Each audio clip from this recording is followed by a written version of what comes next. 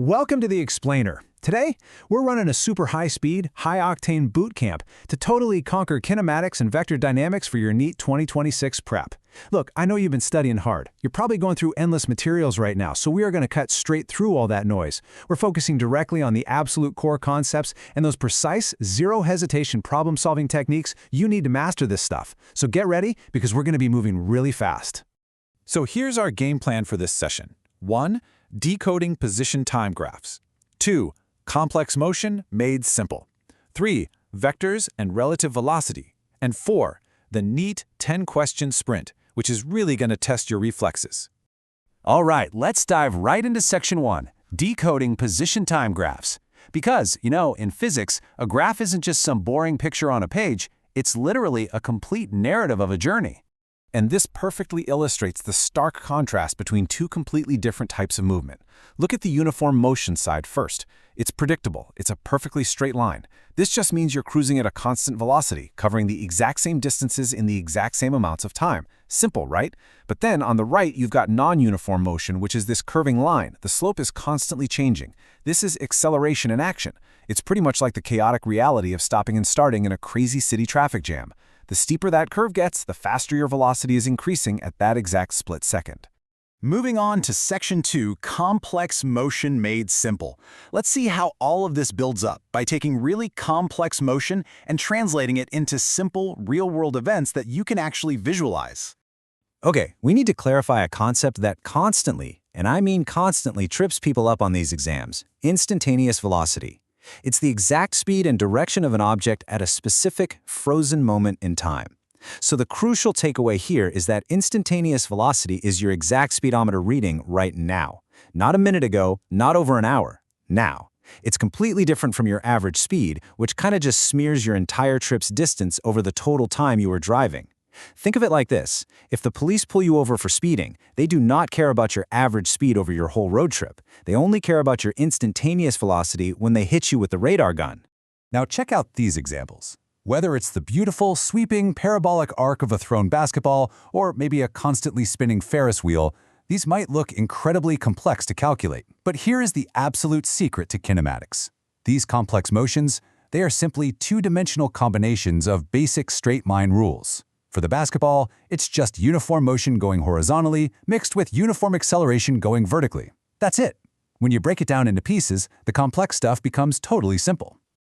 Next up is Section 3, Vectors and Relative Velocity.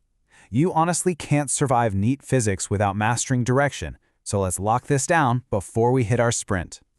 Now, what's really cool here is how breaking vectors down step by step makes calculating relative velocity so intuitive. First off, you pull the vector apart into its amount, which we call the magnitude, and its direction, the unit vector.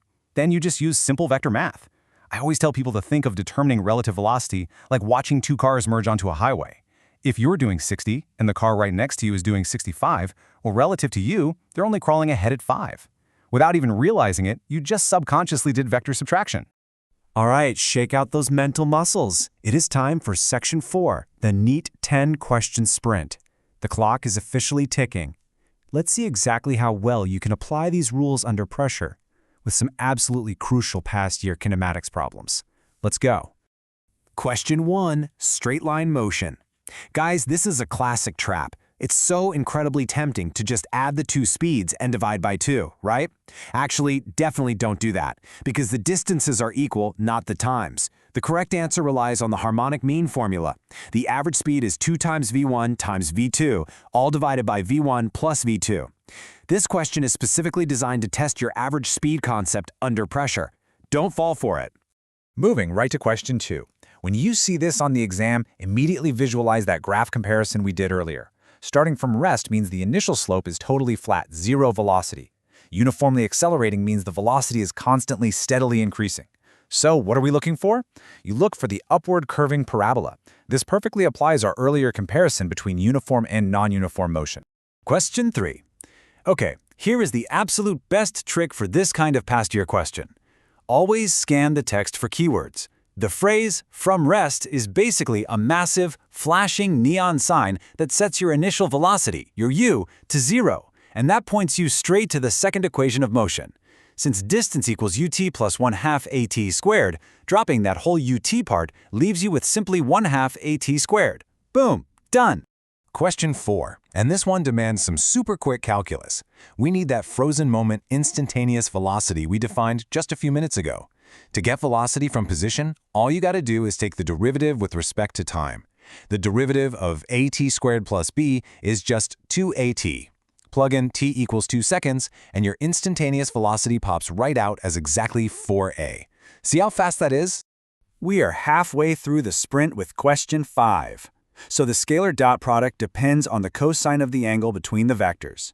If the product is 0, the math is literally telling us that the cosine of the angle must be 0. And what angle has a cosine of 0? You guessed it, exactly 90 degrees. Those vectors are perfectly perpendicular. Okay, take a really quick breath. Look at what we're doing here. Remember, recognizing these text patterns like starts from rest meaning initial velocity is 0 or constant velocity meaning acceleration is 0 is how you instantly categorize these problems in your head. Pattern recognition is the ultimate secret to beating the clock in that exam room. Okay, breath over, back in. Back into the sprint with question 6. Whenever you have an acute angle, meaning anything less than 90 degrees, vector addition is always going to yield the max of a magnitude. Why is that? Well, because the vectors are generally pointing in the same cooperative direction, so their components add up together to create a much longer resultant vector. That's totally unlike subtraction, which would just pit them against each other. Question 7 is testing a resolution skills. You already have the magnitude, which is f cosine theta, but remember, a vector needs a direction too. In standard Cartesian coordinates, the horizontal x-axis is always represented by the I cap unit vector. You simply attach that I cap to your horizontal component, and you've locked in its precise spatial direction. Question 8. Think back to our highway analogy from earlier, but now imagine the vehicles are actually moving towards each other. To find the relative velocity of b with respect to a, you take b's velocity and you subtract a's.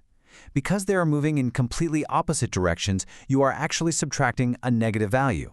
So 50 minus negative 50 makes their relative velocity a blazing 100 meters per second. Question 9.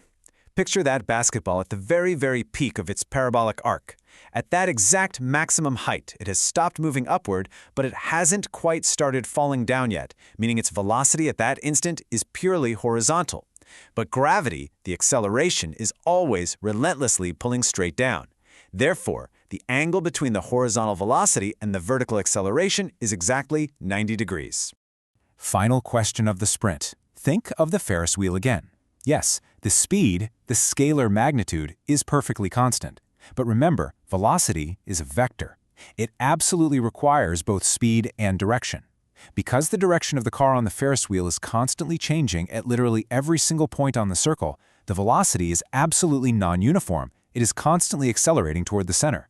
Tricky, but once you see it, you can't unsee it. Awesome job surviving the sprint. We've covered graphs, complex motions, vectors, and we just smashed through 10 real past-year questions. I want to leave you with this final thought to ponder. Are you just memorizing equations for the NEET exam, or are you ready to truly decode the physics driving the real world around you? Because once you actually understand the motion of the universe, the exam simply becomes a place to show off that understanding. Keep practicing, keep analyzing those patterns, and I'll see you in the next explainer.